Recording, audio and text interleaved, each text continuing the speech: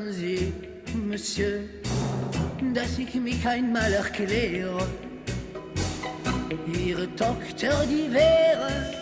Qu'est-ce qu'il dit dans sa chanson, Adamo? Il dit « Surtout ne négligez pas le mal de dos ». Si vous ne parlez pas allemand, évidemment, vous ne l'avez pas reconnu. C'est une nouvelle campagne de sensibilisation et c'est plutôt dirigé vers les jeunes qui, quand ils sentent une douleur dans le dos, disent « Oh, bah, ça va passer, j'ai fait du sport, un truc comme ça, ou j'ai trop dansé, j'en sais rien ». Eh ben, ils ont tort, parce qu'il y a combien de Français qui souffrent du mal de dos? Alors c'est énorme, il y a 13 millions de Français qui souffrent aujourd'hui de mal de dos, c'est considérable, alors jeunes, vieux, etc.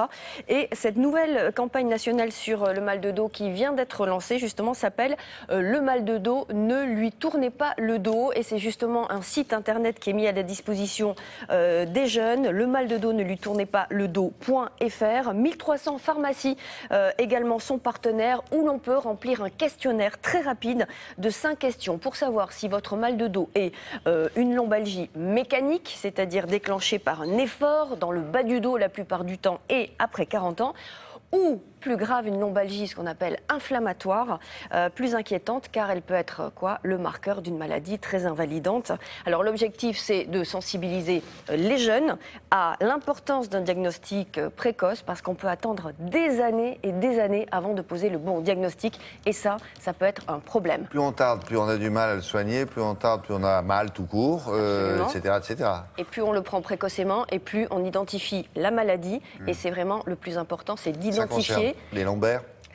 La lombalgie, c'est lombaire, oui, c'est le bas du dos, mais ça peut être partout si c'est chronique, notamment dans le cas de la spondylarthrite. Reportage.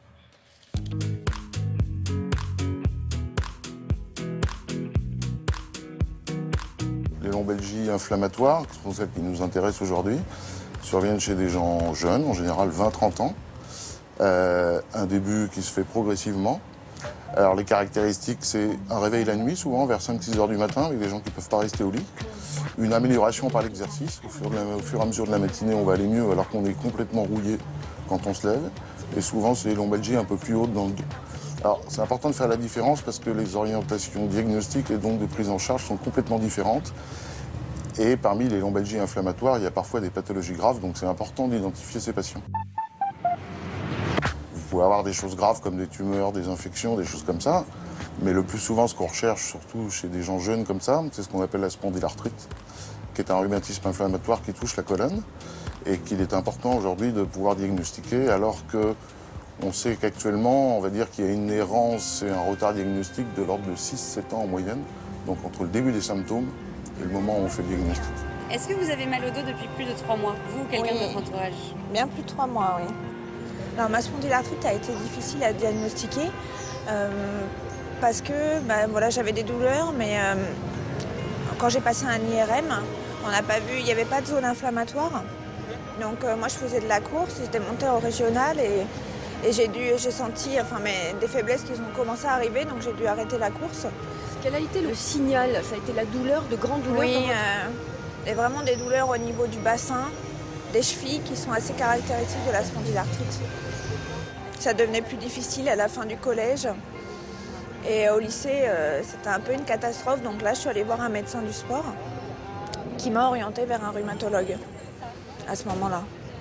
Et j'ai été diagnostiquée à 18 ans. Faire le diagnostic, ça rassure les gens, parce que c'est pas une maladie grave. Donc on peut les rassurer, leur dire qu'on comprend pourquoi ils ont des douleurs. Et puis surtout, on va pouvoir mettre en place une prise en charge adaptée. Ce qui n'est pas le cas, tant qu'on n'a pas fait le diagnostic, on reste purement symptomatique en donnant des antidouleurs, enfin ce qu'on donne dans les mal de dos. On peut repérer, nous, le mal de dos à risque, celui qui fait peur, du mal de dos parce que j'ai porté la brouette et je me suis baisé.